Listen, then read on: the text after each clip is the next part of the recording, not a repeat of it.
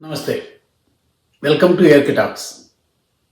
ఓటర్ల జాబితా ప్రత్యేక సమగ్ర సవరణ కార్యక్రమం.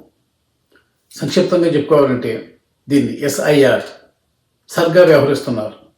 కేంద్ర ఎన్నికల సంఘం ప్రతిష్టాత్మకంగా చేపట్టిన ఈ కార్యక్రమం ద్వారా దేశవ్యాప్తంగా ఉన్న ఓటర్ల జాబితాలన్నింటినీ కూడా సమూలంగా ప్రక్షాళీకరించి అనర్హులైన ఓటర్లందరినీ కూడా డూప్లికేషన్ అంటే 1-2 చోట్ల తమ పేర్లు నమోదు చేయించుకోవడం ఓటర్లుగా, లేదా దేశంలోకి అక్రమంగా ప్రవేశించి ఓటర్లుగా తమ పేర్లు నమోదు చేయించుకోవటం, ఇట్లాంటివన్నీ కూడా పూర్తిగా పరిహరించి తొలగించి ఓటర్ల జాబితాలన్నింటినీ కూడా సమూలంగా రిఫైన్ చేయటమే సమగ్రంగా సవరించిన ఓటర్ల జాబితాలను ప్రోత్సహించడమే ఉద్దేశంగా కేంద్ర ఎన్నికల సంఘం ఈ బృహత్తర కార్యక్రమం చేపట్టిన సంగతి మనందరికీ తెలుసు. ఒక రాష్ట్రం వెంబడి ఒక రాష్ట్రంగా వరుసగా పలు రాష్ట్రాలకు ఈ కార్యక్రమాన్ని దిగ్విజయంగా ముగించుకుంటూ వస్తున్న కేంద్ర ఎన్నికల సంఘం తాజాగా ఈ కార్యక్రమాన్ని మన ఆంధ్రప్రదేశ్లో కూడా ప్రారంభించింది జూన్ 14 నుంచి.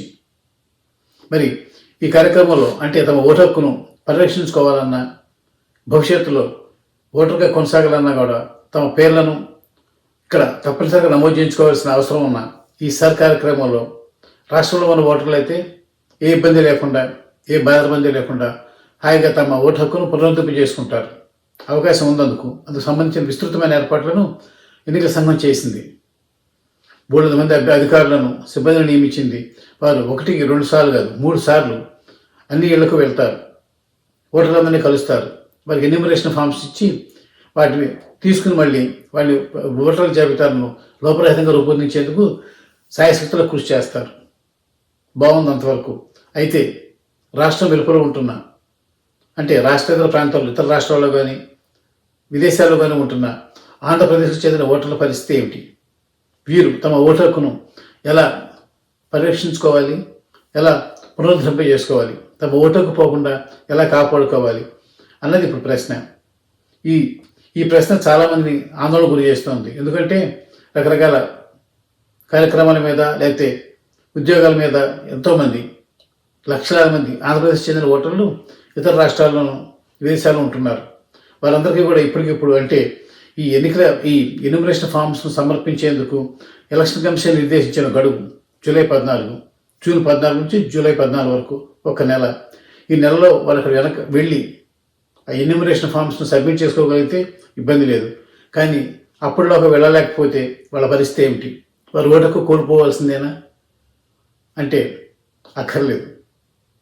ఎన్నికల సంఘం అందుకు అద్భుతమైన అవకాశాన్ని కల్పించింది. ఎక్కడ ఉంటున్న వారైనా సరే, రాష్ట్రేతర ప్రాంతాల్లో ఎక్కడ ఉంటున్న వారైనా సరే, ఇతర రాష్ట్రాల్లో కాదు విదేశాల్లో ఉంటున్న వారికైనా సరే తమ ఓటు హక్కు పోతుందన్న భయం ఏమాత్రం లేకుండా తన అధికారిక వెబ్సైట్ ద్వారా ఆన్లైన్లో ఎన్యూమరేషన్ ఫామ్స్ను సబ్మిట్ చేసిన అవకాశాన్ని కేంద్ర ఎన్నికల సంఘం కల్పించింది.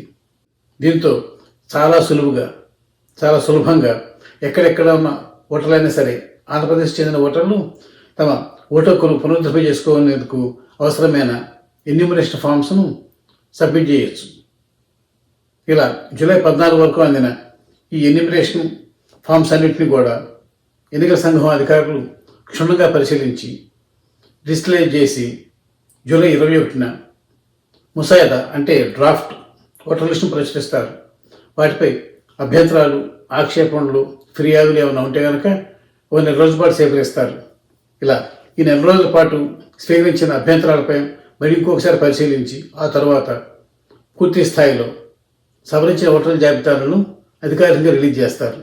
ఈ ఎన్యూమరేషన్ ఫామ్స్ను సబ్మిట్ చేసే ప్రక్రియలో కనుక ఏమన్నా అనుమానాలు కలిగితే కనుక వాటిని నివృత్తి చేసేందుకు కూడా అవకాశం కల్పించారు. ఇందుకోసం ఒక వెబ్సైట్ ద్వారా